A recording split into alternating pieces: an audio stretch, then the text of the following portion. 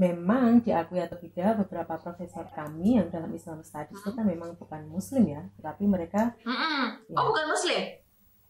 ya Berarti tidak. mereka mengkaji ya itu. Ya, mereka melihat Islam itu sebagai ilmu ya, bukan Ilmu, sebagai doktrin penelitian ataupun ya, untuk lapangan untuk Betul. meneliti. Oh, menarik.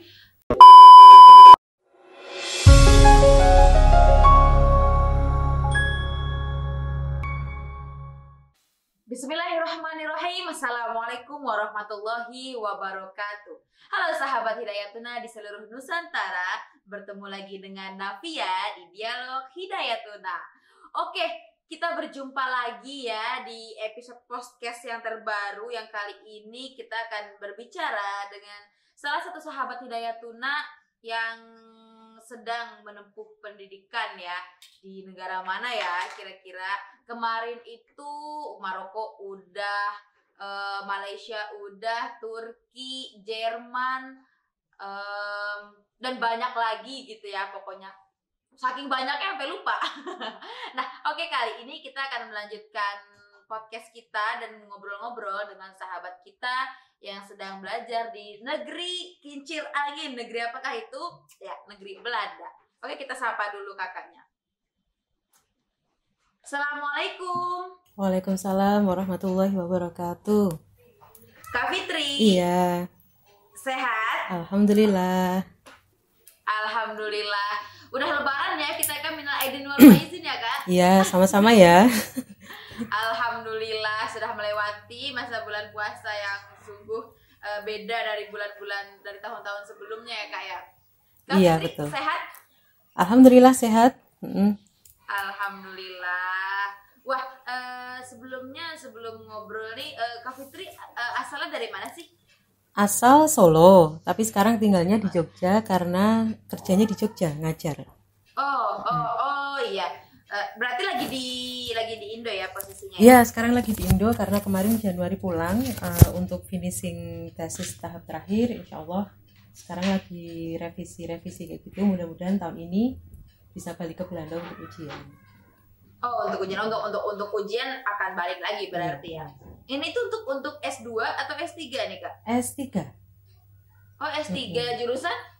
Jurusannya maksudnya di Faculty of Philosophy, Theology and Religious Studies, kayak fakultas agama gitu. Oh, fakultas agama. Oh, ini menarik dong berarti ya, fakultas agama di Belanda. Biasanya kan kalau orang mau ambil kuliah tentang agama, Islamic studies segitu tuh pasti ke negara-negara Islam ya. Iya, betul. Negara Timur Tengah. Nah, ini ke belahan Eropa. Belanda Eropa kan ya? Iya. Nah, berarti coba boleh cerita dulu nih Kak sedikit gimana tunggu dulu sebelumnya. S1 di mana nih Kak Fitri? S1, S2-nya di UIN, Sunan Kalijaga, UIN. jurusan bahasa Arab, iya. Oh, jurusan bahasa Arab. Wah, sama dong. Aku juga jurusan bahasa Arab. Wow, gimana kalau kita ngobrolnya pakai bahasa Arab? Oke, menarik nih. Kayaknya ntar di closing boleh nih kita pakai bahasa Arab ya Kak ya. Iya, kalau nggak lupa ya. Iya, kalau nggak lupa ya. Saya juga kalau nggak lupa, udah lama juga soalnya. Nah, berarti kan udah menyicipi lah ya kayak kuliahnya di UIN lagi ya, yang emang Universitas Islam gitu. Nah, terus gimana nih mencoba belajar tentang Islamic Studies di negara yang bukan negara Islam, di negara Belanda? Mungkin boleh cerita dulu nih sedikit nih Kak. Iya, pertama mungkin kalau kita dengar ada mahasiswa yang kuliah Islam Studies di Belanda itu kan pikirannya wow gitu ya. Ngapain gitu sekolah di tempatnya orang mungkin disebut kafir atau liberal atau yang lain sebagainya. Kenapa tidak di negara Timur Tengah seperti Maroko, Mesir, Saudi, Sudan dan lain sebagainya. Saudi. Nah, betul. perlu digarisbawahi di sini bahwa belajar Islam Studies di negara Belanda, di Belanda itu ada 1, 2, 3, 4, 5, 6, 7 universitas atau 1, 2, 3, 4, 5, 6, 7 universitas yang mereka itu universitas negeri ya, yang masing-masing universitas itu mempunyai jurusan Islam Studies gitu. Ya, tapi jangan dibayangkan ketika kita kuliah di Belanda itu kemudian kita akan belajar spesifik tauhid ataupun akidah gitu ya. Itu mungkin yang membedakan ketika kita belajar di Timur Tengah dan juga di Eropa. Kalau di Timur Tengah ketika S1 Al-Azhar kita akan belajar usul fikih ataupun usuluddin gitu ya. Itu benar-benar mempelajari pokok-pokok ajaran Islam gitu. Tetapi kalau di Belanda, terutama untuk yang S3 itu adalah lebih cenderung ke penerapan gitu. Misalnya Islam, ya betul, Islam dikaitkan dengan antropologi, bagaimana fenomena pernikahan gitu di Indonesia dikaitkan dari sudut hukum agama dengan sudut hukum konvensional dan lain sebagainya. Kemudian ya, jadi kayak saya sendiri, saya jurusannya dulu S1 S2 bahasa Arab, tetapi S3-nya kuliah di Belanda di jurusan religious studies juga ya, kebetulan mengambil tema penelitian bias ideologi dalam penerjemahan buku Arab ke Indonesia gitu. Jadi nggak mempelajari Islam yang Islamnya ya gitu ya. Tapi di kampus mana tuh dulu Kak? Kalau sekarang saya belajarnya di kampus namanya Radboud University Nijmegen, itu sekitar 2 jam gitulah dari Amsterdam, agak dekat perbatasan dengan Jerman.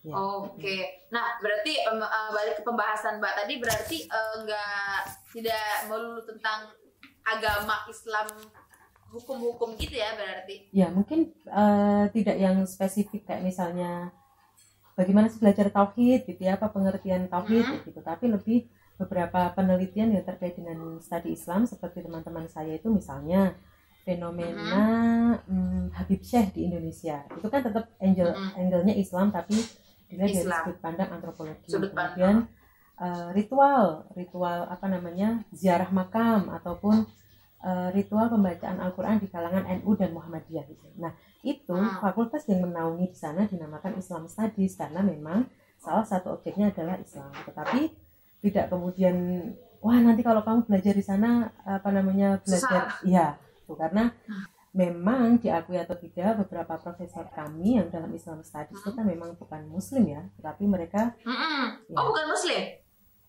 Ya, berarti tidak. Mereka mengkaji ya itu. Ya, mereka melihat Islam itu sebagai ilmu ya, bukan ilmu, doktrin penelitian ataupun, ya untuk lapangan untuk meneliti. Menarik. Berarti itu emang benar-benar gak ada kaitannya sama hukum-hukum usul fiqh, halal haram gitu nggak ada ya kayak berarti. Ya tetap mungkin kalau nanti spesifik penelitian mungkin akan tetap mengarah ke sana ya, tetapi ya tidak kemudian kita mempelajari misalnya rukun iman, rukun Islam ataupun apa gitu. Misalnya ada salah satu profesor di Groningen University itu yang dia spesifikasinya adalah haji gitu. Nah, dia pasti akan mempelajari syarat haji itu apa, kemudian ritual hajinya itu apa, tapi dia melihat dari sudut lain. Misalnya ketika Mekah itu menjadi more Disneyland gitu ya, apa menjadi tempat tujuan pariwisata selain tempat ibadah gitu.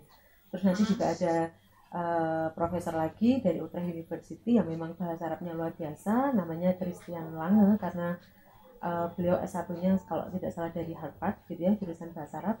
Dia juga meneliti tentang panca indera dalam Al-Quran dan Al-Hadis itu. Nah, dia juga bisa bahasa Arab tuh, dia juga bisa membaca Al-Quran, bahkan mungkin hafal beberapa surat di antaranya. Tetapi kan non-Islam ya itu ya? Iya, mereka melihat itu sebagai ilmu pengetahuan, seperti kayak mereka belajar ekonomi, psikologi dan lain sebagainya. Oke. Nah, tapi itu banyak nggak peminatnya itu Kak di jurusan di Fakulti Islamic Studies di sana? Kalau dibandingkan dengan major yang lain kayak hukum dan lain sebagainya tetap beda sih.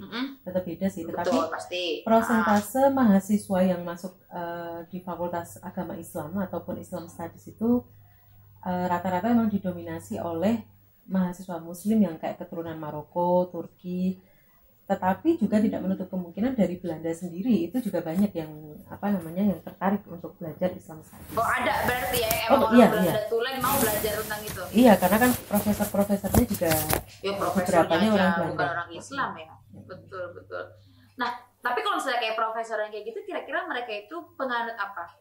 Kristen kah atau kalau agama agak sensitif ya. Agak sensitif ya di sana ya.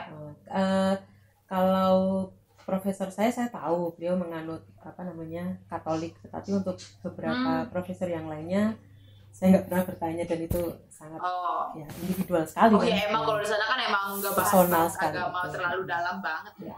Benar. Nah, Terus nih berbicara tentang Belanda ya, kayak kan kita tahu bahwasanya kemarin gempar banget bahwasanya Belanda ini adalah salah satu negara pertama yang mengesahkan pernikahan sama jenis LGBT. Gimana tuh Kak? Kakak udah bagaimana mengalami itu nggak gitu di sana Kakak, dan bagaimana keadaan di sana? Mengalami apa ya? Kalau fenomena Iya, fenomenanya. fenomena misalnya pernikahan sejenis kayak gitu ya tetap kita lihat sih. Itu kan fenomena ya. Kalau kita kan tidak membahas tentang menyalahkan atau menyetujui atau tidak, tapi memang itu fenomena terjadi di Belanda. Kita lihat ya yang di highlight mungkin bukan karena mereka membolehkan pasangan sejenis atau apa, tapi memang mereka adalah negara yang memberikan kebebasan setinggi-tingginya gitu. Tidak hanya pernikahan sejenis, tetapi mereka juga sangat menghormati kebebasan berkeyakinan gitu. Jadi pada intinya kan memang mereka sangat liberal, kemudian demokratis juga, dan sangat open minded gitu. Jadi pernikahan sejenis juga dibolehkan, orang melaksanakan ibadah sesuai dengan keyakinannya. Misalnya kita Muslim sholat membangun masjid juga tidak masalah gitu. Jadi dilihatnya secara utuh bahwa mereka memang mengakui hak asasi manusia itu dijunjung tinggi setinggi-tingginya gitu. Berarti hak dan kebebasannya itu sesuai dengan tangan individu itu masing-masing gitu ya Kak ya? Iya. Nah kalau misalnya berbicara tentang negara yang liberal tadi ya, kayak Kakak bilang, nah menjadi pendatang ya, penuntut ilmu sebagai seorang muslimah, negara yang minoritas banget pasti kan. Gimana tuh suka dukanya Kak di sana? Kebetulan kalau alhamdulillah selama ini kayak misalnya kita sharing dengan teman-teman di negara lain gitu ya, Jerman atau Inggris itu, di Belanda termasuk negara yang open minded karena mereka standarnya tadi pertama itu ya, mereka menjunjung kebebasan individu gitu. Jadi saya sebagai seorang muslim tidak pernah merasa dibatasi untuk tidak melakukan. Ya, betul. Dan kampus saya kebetulan kampus Katolik ya, dia adalah kampus Katolik yang sampai saat ini masih bertahan, dan di Nijmegen itu Katoliknya masih sangat kental, apalagi di tempat saya religious studies, meskipun ada Islam studies, tetapi tapi core utamanya adalah Katolik gitu. Katolik. Bentar Kak. Ya. Saya potong dulu nih. Nah, di kampus itu apa banyak studies agama yang lain atau hanya Katolik dan Islami? Oh, banyak, semua agama. Bahkan ada profesor yang Buddha gitu ada. Iya. Oh, berarti memang banyak. Iya, memang kan religious studies ya. Religious studies di dalamnya ada Kristen, kemudian ada Islam, ada Buddha, itu macam-macam. Nah, kembali ke tadi, saya tidak pernah dikekang untuk melakukan aktivitas ibadah gitu ya. Ketika sholat, saya juga diberi hak, diberi waktu untuk sholat. Bahkan kampus juga menyediakan musola, ada 2 musola dalam kampus gitu ya. Iya, ada, betul. Dan dengan fasilitas yang luar biasa, lebih bagus daripada kita bandingkan di beberapa kampus. Yang musola-musola kecil gitu. Betul gitu. Iya. Tapi pernah juga mengalami kejadian yang tidak mengenakan, itu tidak dipungkiri ya, karena tidak semua orang Belanda ya sama seperti kita orang Indonesia nggak semua menerima ya. Betul. Apalagi biasanya itu terkait kalau ada kejadian yang cetar gitu. Pengalaman saya selama 4 tahun di sana adalah ketika ada bom Prancis di Paris gitu ya, karena saya mengalami mengalami beberapa pengeboman yang internasional yang sempat heboh, itu ada di Paris, kemudian ada di Belgia. Terus itu lagi posisinya di sana ya? Iya, itu posisinya lagi di Belanda. Nah, masa-masa seperti itu memang akhirnya orang yang awalnya itu tidak notice ke kita, itu akhirnya notice gitu. Jadi pernah itu ketika saya naik bis di orang Islam ya notice-nya itu. Iya, apalagi kalau saya kan perempuan, jadi obvious banget pakai jilbab gitu ya. Mungkin kalau laki-laki nggak terlalu kedetek identitasnya. Betul. Itu ketika naik bis itu pernah ditunjuk jari tengah gitu ya. Terus dia ngomel-ngomel pakai bahasa Belanda, dan dia orang tua gitu ya. Terus dan di bis itu kebetulan tidak banyak orang, jadi tidak bisa banyak yang menolong, dan saya juga tidak tahu apa yang harus saya lakukan. saya takut sekali, terus udah saya pura-pura nggak lihat aja. Dia ngomel aja pakai bahasa Belanda. Udahlah Pak, terserah lu ngomel pakai bahasa Belanda, gua nggak paham. Gua nggak paham Ya. ini. Nah, pokoknya gitu. Terus saya tanyakan sama orang gitu ya, sama om Ya. yang saya kenal gitu, orang Belanda. Ya Fitri itu wajar, itu orang tua kan konservatif atau apa gitu. Tapi saat itu profesor saya sangat suportif. Jadi seketika ada pengeboman Perancis, dia langsung telepon saya, Fitri pokoknya kalau ada apa-apa sama kamu, anytime kamu harus calling saya gitu. Karena dia khawatir. Itu bom yang di situ di Paris itu yang teroris yang mengatasnamakan Islam ya. Kayaknya kan kebanyakan dikaitkan ke sana ya saat itu yang Iya. itu. Terus oke lah, oh itu orang tua. Tetapi ada juga kejadian lain yang neriakin saya tuh, yang benar-benar dia naik mobil, mengacungkan jari tengah, kemudian mengumpat dengan bahasa Inggris kayak gitu. Itu anak muda juga ada. Itu artinya ya wow gitu lah. Jahat seperti itu masih ada juga berarti ya. Tapi kalau saya ingat sih itu ke-trigger peristiwa tertentu. Pemboman itu aja. Ya. Itu kata-kata yang dia lontarkan itu apa tuh Kak? Ya kata-kata yang tidak mungkin saya sampaikan di sini ya. Artinya ya sudahlah, dia udah melihat saya pakai jilbab, itu udah benar-benar mengacungkan jari dan benci banget gitu ya. Tapi nggak sampai yang apa namanya. Jadi Nyerah naik fisik mobil dia berhenti mengacungkan jari, kemudian ada yang naik sepeda dia juga mengacungkan jari gitu, jari tengah lah. Wow, itu bisa cukup tekanan batin juga ya kalau nggak kuat-kuat ya kayak. Iya betul, dan bahkan saya juga ya gini, ketika kita keluar gitu ya, kita di Indonesia negara mayoritas ya, ini juga menjadi refleksi buat saya. Ketika kita di Indonesia menjadi kalangan mayoritas gitu, mungkin kita keamanan, kita akan merasa lebih percaya diri gitu.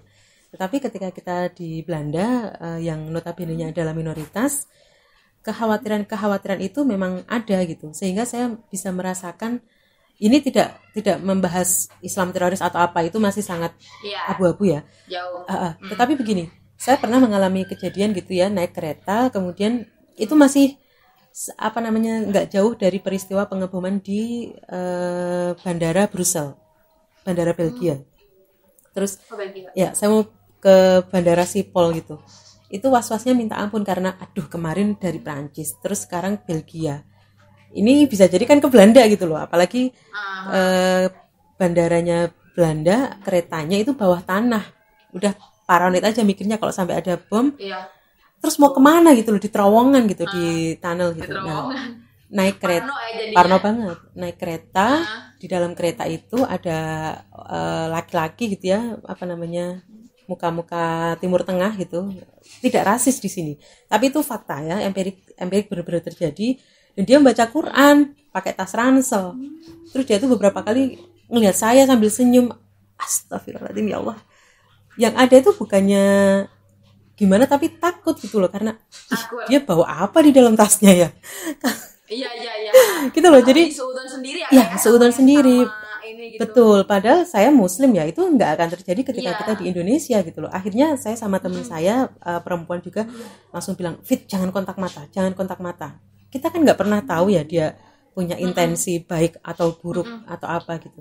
Kemudian saya merasa di situ saya, oh ini mungkin ya yang dirasakan oleh orang-orang outsider kita. Ketika mereka mungkin merasa terancam. Ini nggak membahas benar atau tidaknya, tetapi perasaan-perasaan apatis, tidak aman, betul.